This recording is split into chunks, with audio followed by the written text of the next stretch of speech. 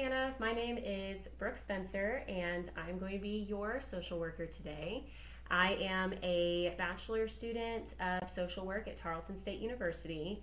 And is it okay if we record this meeting? Yes, it's fine. Okay, good deal.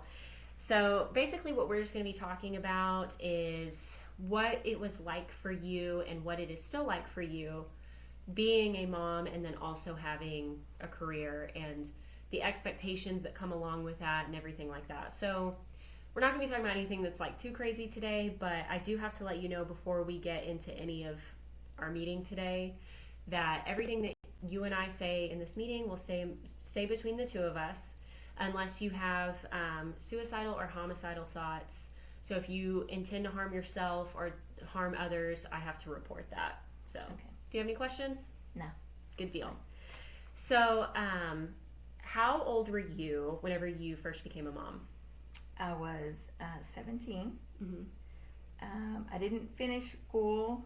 I attempted to, but then after I had my son, I didn't go back to school. So then I took my GED, Mm-hmm. and then I got married, and then we had 4 children after that. So I don't know what else to say. Yeah. No, that's fine. So you were 17 whenever you had your son. How old were you whenever you got married? Were you also still Yes, 17? I was 17. Actually, it was right before. Yes, I was 17 right before I turned 18. So Okay. So what was your relationship like with your family at that time? Were they fine with it? Were they not fine with it? What was that like for you? we were all good. My parents, of course, were like, "You don't have to get married just because you're pregnant." Mm-hmm. So, but I thought it was the right thing to do, Right. and so I got married. Yeah. How was how long were you married? Well, that's tricky because I was married 12 years, Mm-hmm. but we were actually only together like 5 years. So it took a long time for us to get the divorce Mm-hmm. after we split up. Okay, yeah. So was it just because of like legal issues or No, just it all was kinds just of because I was broke. yeah, Trying to raise a kid yeah, because I had my children like maybe a year apart, except for the last two, mm-hmm. and they were 4 years apart. So um, he was in and out of jail, and we had a lot of issues. Um, he was violent, Mm-hmm. so Whenever what at what point did you decide that things were not working out? And was that your decision? Was that his decision? Like who made the call to say like this is not working this I anymore? made that decision. Yeah. Yeah. So. The reason was his he was abusive physically and mentally, Mm-hmm. and then he was cheating with my best friend, and I found that out by coming home and finding them together. Wow. So I mean, whenever that happened, what kind of pressure did you feel pressure? I mean, at that point, because you have 5 kids and you have like found out that all of this is going on. I guess what emotions were kind of going on at that point? a lot of anger, of course, but he had gotten like a DWI, I believe.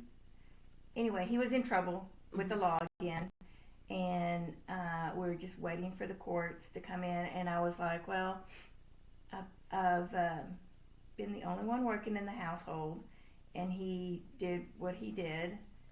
Uh, so I knew then that I was like, I need out. Mm-hmm. He's not contributing to the marriage at all, or to me, or the kids. So yeah, it was just I just had to man up and get out. Yeah. So at that point, you said it was 5 years after. So at that point, you're 23. Yes. Okay, so you're 23, and then how long were you single after that relationship ended? Um, I, about 4 years. Yeah, about 4 years. And then I got with someone, but I didn't marry them. Mm-hmm. And then I had my youngest daughter.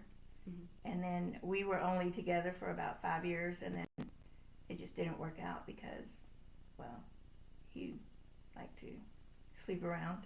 Mm-hmm. So Yeah. that I was like done with that as well. So Mm-hmm. And at what point, how old were you by the time that that had ended? um, about 28, Okay. about 28 years old, So at that point, how old is your oldest at this point? 27. 27. Okay. So during this time in your life, I mean, it seems like you are like the sole provider for all of your kids, for all five of your kids. I mean, at that point, whenever you decided that that second relationship needed to end, or whenever it did come to an end, um, what was that like being the main person that your children depended on? It was really hard. Even today, I think back on it and I'm like, how did you even do that? Because you have 5 children and they're all small and you have to work, and who's going to watch your kids? You know, like, who's going to take care of them? Am I making enough money? Uh, can I afford a house and all the bills and feed them? Mm-hmm. So, and then you have to have your car and everything that goes with that. So it was really, really hard. It depended a lot on my parents to watch the kids as I worked nights, and then a lot of times I was working 2 to 3 jobs because I needed to make ends meet. Yeah. And so that was just really hard. Yeah. What was that like? I mean, you're working multiple jobs. What was your sleep schedule like? Very small. Yeah. Not existent. No, not much at all. Yeah. I used to. When I first started working at the company that I'm working at now, I was on second shift, which is 3:15 to like 11:45, and then I would go home and sleep, get up in the morning, send the kids off to school, and then I would go work at Tarleton in the food court, or I would work at a nursing home. Anything that could work with my schedule, so when the kids got off of school, I could pick them up, drop them off at a sitter's, and then I could go to work. Mm-hmm. So it was like really no sleep anywhere except, every once in a while you could sleep 8 hours. So Yeah. You said that you were relying on your parents a lot to watch the kids. At that point, were all of your kids, all five, in school, or was the youngest still? No, the youngest was, actually I had them in daycare. So like during the summer, in the summer they went to daycare. Mm-hmm. And then I would go pick them up and take them to my parents' house, and then I would go to work. Mm-hmm. So my parents did watch the kids in the evenings while I worked the evenings, and the youngest, she would go to her grandparents' house sometimes. Mm-hmm. And sometimes she would go with my parents, but a lot of times she would go to the other side of the family so she could spend time with them as well. Yeah. So the other side of the family, the grandparents were involved and wanted a relationship. It wasn't like your relationship with that person ended and then like it's all cut off. Like you were still in contact with Correct. his side of the family. On both sets of the kids, Mm-hmm. Except for sometimes my first husband, his side of the family was more. They just held a grudge, I'm guessing. Yeah. So they weren't really real nice about it. So Yeah. Whenever your parents were watching all of the kids and everything, do you feel that what was your perception of like their thoughts and feelings on it? of my kids, of like your parents helping you out? Like, do you think that they Oh, my that parents. it Okay. was hard on them, or that you or Yes, anything like it that? it was hard on them, and I tried not to get them to watch them all the time. So I was constantly looking for a sitter to watch the kids Mm-hmm. at my house. One time I got a Tarleton student, or maybe it was just a student, um, fairly young, to watch them on in the evening shift. Uh, and they watched them for like a week, and they're like, "We can't do this." Mm-hmm. I guess because there's social time as well. So Yeah. it's in the evening. Nobody really wants to watch kids Mm-hmm. in the evening. So Yeah. that was really hard. But my parents, um, they did it just because they knew I didn't have another choice. So Yeah. Yeah, out of necessity. I mean, sometimes at the end of the day, it kind of seems like your family is like that's your option. right, That's who you yes. have. I mean that's Yeah. last resort. And like I said, they were older, so because my parents didn't have me till they were older, late in life. So I was one of the youngest ones. So the older you get, the more you don't really want to handle kids. Yeah. So, but yeah, I did try to get other people to watch them, but Yeah. and they were okay with it. Yeah. It's just hard sometimes. Yeah. Kids are, I mean, pretty resilient most of the time. They Yeah. can kind of, I mean, I feel like sometimes kids don't even know, they don't fully comprehend what's going on anyway. So Right. that to them, like that's normal. They're just hanging out. They're doing whatever. So, um, going into the workforce and finding different jobs, how hard was it to find jobs that would work with your schedule?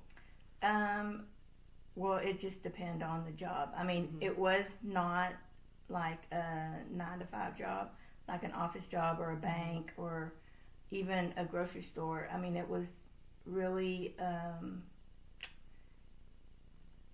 don't want to say a job that nobody wants, like a nurse's aide.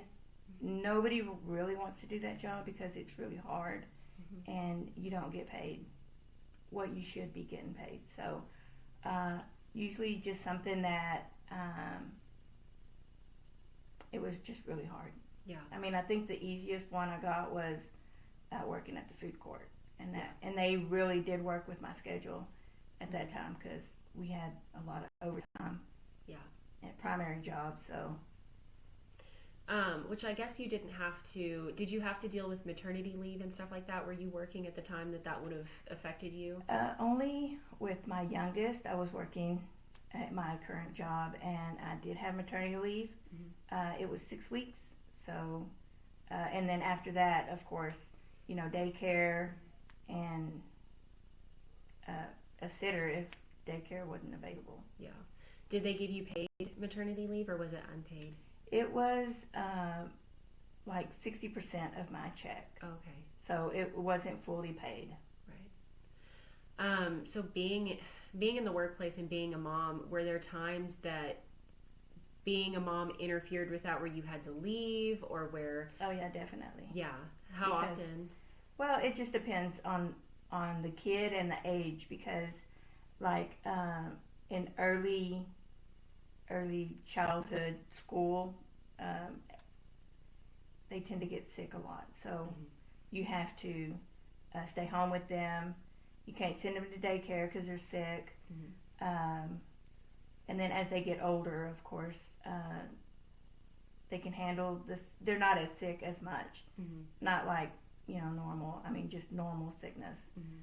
But yeah, had to lose a lot of work because of that. Of, Yeah. Having to stay home with the kids. Yeah. Yeah. Because especially when they go around, the daycare kids for the first time, it seems Right. like they just have a cold like every other week. Well, at the beginning of the school year, everybody comes in. They have viruses and strep throat and chicken pox. Mhm. Although chicken pox doesn't exist hardly anymore, Yeah. but back then it did. Yeah. So what decade, I guess, were you in? Was it the 90s whenever you were like raising kids and then also working? Yes, in the 90s. Let's see, David was born in 87. Yeah, so it would be the 90s, late 80s, and into the 90s. Into the 90s. What do you think the perception was of you by like your coworkers? So like being a mom and also working, did you ever feel like people were judgmental of you? Because I know that some people kind of go with the belief that, well, the mom should be at home with the kids and you know, and all of that. And so did you ever feel that there was judgment coming from your coworkers or even like your boss at any point? I don't think I felt that way, and if they did feel that way, I tend to block out the world, I guess, so to speak. I don't pay attention to what people or how people see me. I do know that some people did judge me because I had 4 kids when I started out there, and then when I went and had my 5th one, and then when we split up, they were like, "Oh, she has kids with 5 different fathers, blah blah blah," you know. And so I do know that some of that went on, but it doesn't bother me. Yeah. So you said that you're like able to kind of block the world out. Have you always been like that, or is that kind of a skill that you've kind of had to learn? I think I've always really been that way. I don't really. Even to this day, people can say something about me, and I'm just like, okay, yeah, it's no big deal. I feel like that's a good skill to have, because sometimes people get so wrapped up in what people think about them to the point that like they're not able to function, they're not able to do anything to push themselves forward and to keep going. And so having that mindset of like, this is my life and the decisions that I'm making are for me and my family and not for other people. Correct. Yeah. So is there any time, like whenever your kids were young, is there any time that stuck out to you as a time that was just especially difficult or challenged? That, because it's apparent to me that you're like a very independent person, and was there a time whenever your kids were young that kind of challenged, that was just a big challenge to you, that sticks out to you in particular? Yes.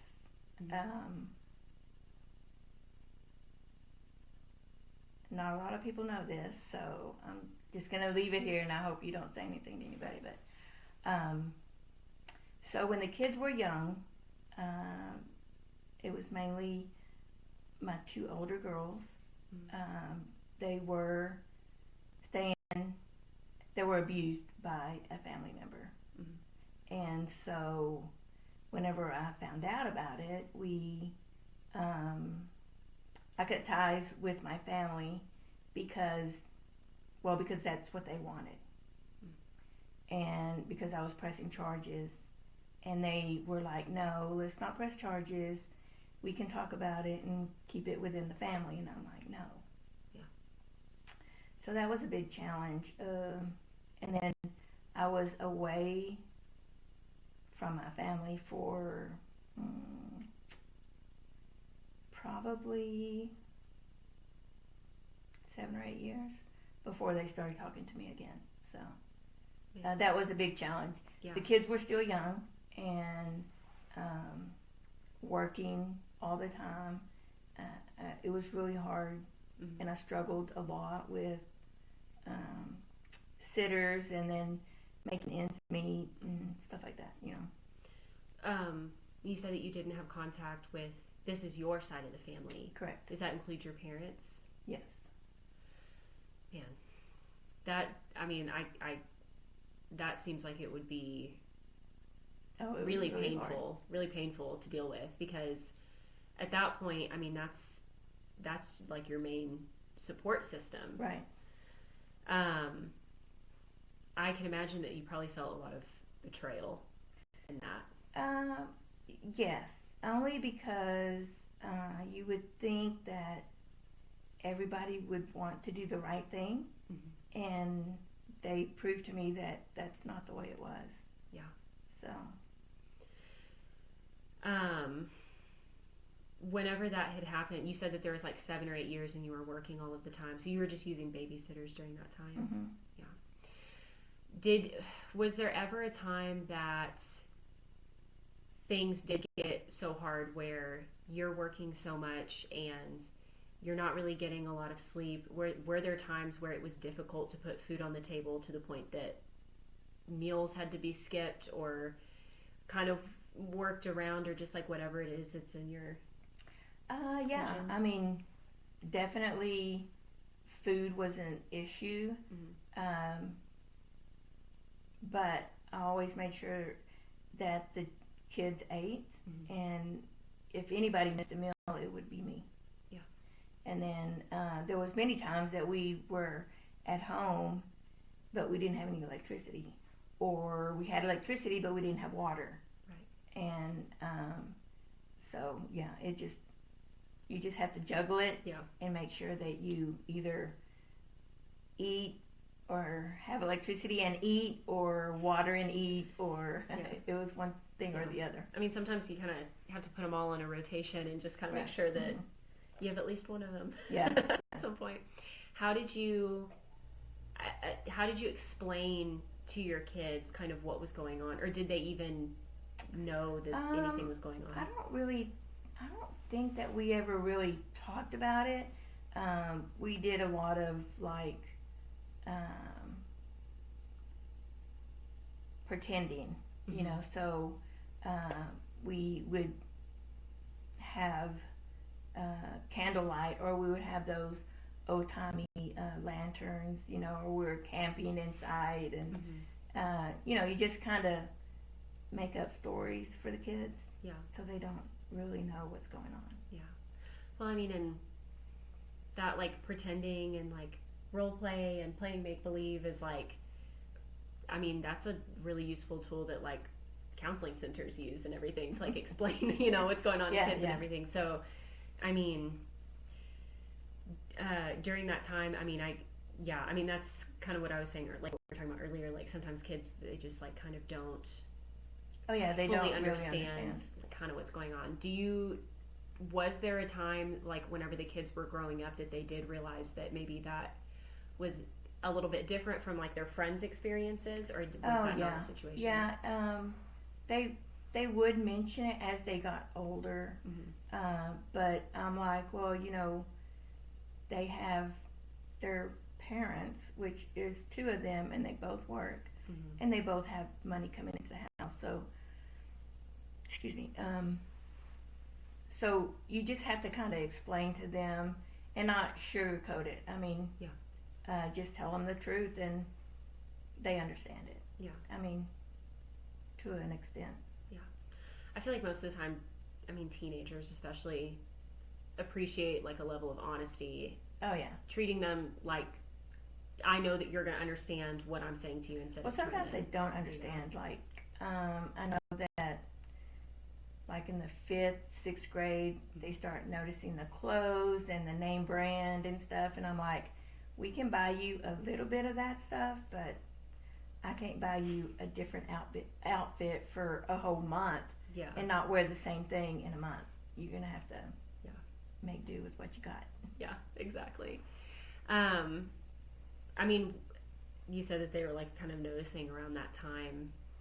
What was that like whenever you had teenagers in the house and dealing with, I guess, like teenager attitudes while you're also working and you also have 5 kids? Right. Teenage years were really hard. I didn't work as much Mhm. as far as like other jobs.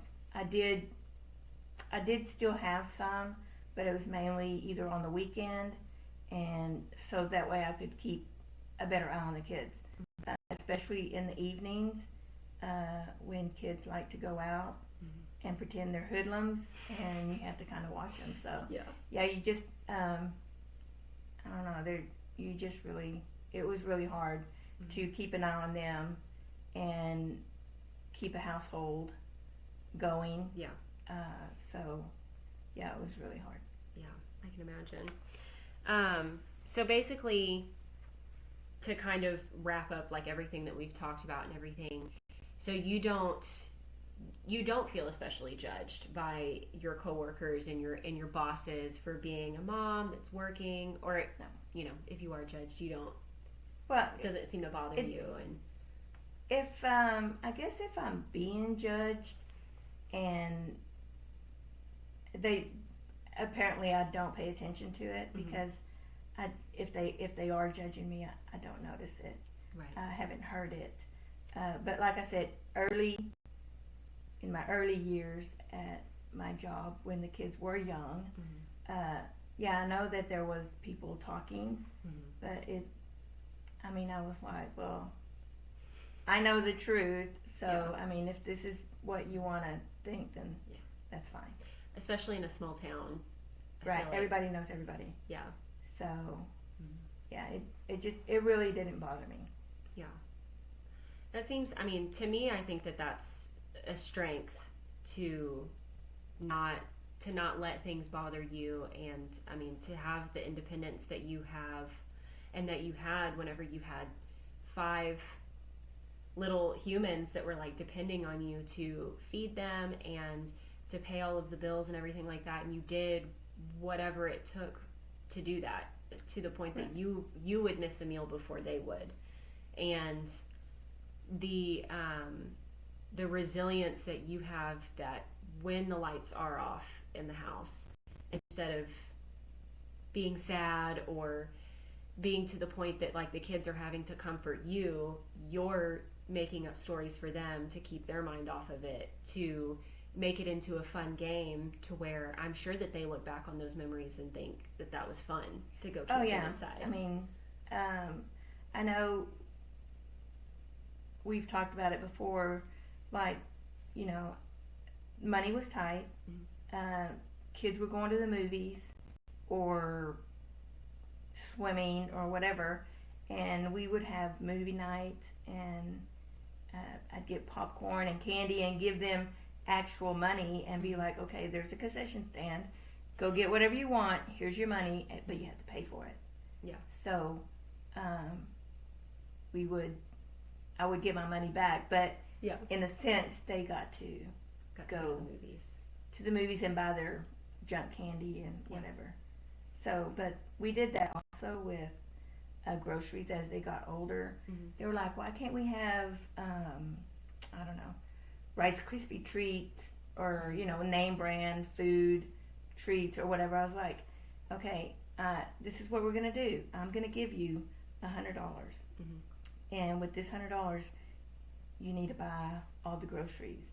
Mhm. So we would make a list, and then they would go to the grocery store, and these are the necessities, and these are the things that, the food that we actually have to have, and then this is for the junk food. Yeah. And so they would go to the store, and I was like, how much money do you have left? I said, because you're doing the calculator and adding everything up, and they're like, we can't get all of this. I was like, exactly. Yeah. That's why we get something that's cheaper Mhm. versus the name brand, because it is cheaper, Mhm. and it will go longer. I mean, a long ways, the money. Right.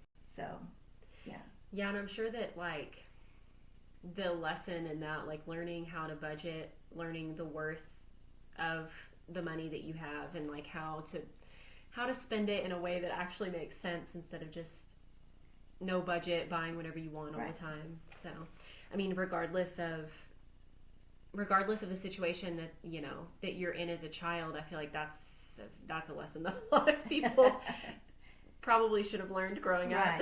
Right. that you know, you kind of get to college and you're like, or you get out of the house for the first time and you're like, I can finally, you know, buy all the junk well, food. that everybody I wanted. thinks, I'm going to get out of the house, Mhm. and I get to do whatever I want. I can stay up as long as I want. I can go out and stay out as long as I want. Mhm. But it all costs money, so. Yeah, until you're broke and exhausted and failing your class or not Right. showing up to work, or and then you're like, oh, just kidding. I think that my parents were actually right Yes. about what I was supposed Yes. to be doing. Sometimes it takes a little crashing and burning. Right. A lot of crashing and burning, actually. Yeah. So, I mean, it seems like overall, like, regardless of the circumstances, like, your kids were still provided a very, like, fulfilling childhood that had, I mean, it doesn't matter that you couldn't buy the name brand snacks and you couldn't always have the name brand, you know, those, what were those jeans, the Miss Me jeans or whatever that were really popular. That was whenever I was in middle school, so it's probably like not the right time. But, you know, the expensive stuff that I think that kind of stuff doesn't matter whenever you get older. And kind of all that's left is going to the movies and getting to buy your snacks and getting to, you know, have indoor camping and hanging out with your family. Right. So, do you think that kind of set up your kids to have like a tighter bond? I think so. Like I said, money was tight. We did all sorts of crafting. We would take walks, nature walks, pick up sticks and pine cones, you know, anything really, and we would just make crafts out of them. Come home, make crafts. We would make Christmas presents, birthday presents, just to save $1. Yeah. So. Well, and it's working on their creativity. No, right. Yeah, you're like, this is for like your fine arts. Yeah. This is for you. This is for your fine motor skills. Yeah. Gluing all that stuff. So, all right. Well, I think that's kind of all the questions that I have for you. But thank you for meeting with me. I feel like this was a good meeting. I feel like I learned a lot about you. I mean, just in general, the amount of things that you have experienced in your life, it seems like you have just really like overcome a lot, and it's made you already had to have been a strong person to endure the things that we just talked about and to make it through for your kids. But it seems like it only made you stronger and gave you like a better, almost like a more positive outlook on everything, because it seems like everything that you said was through a positive lens. Right. Even when you were talking about the hard stuff, like at the end of everything, you were like, but it ended up okay. And so, I mean, it seems like you have like several protective factors in your life that allow you to be as resilient as you are. But this has been a good meeting, so I appreciate you meeting with me. You're welcome.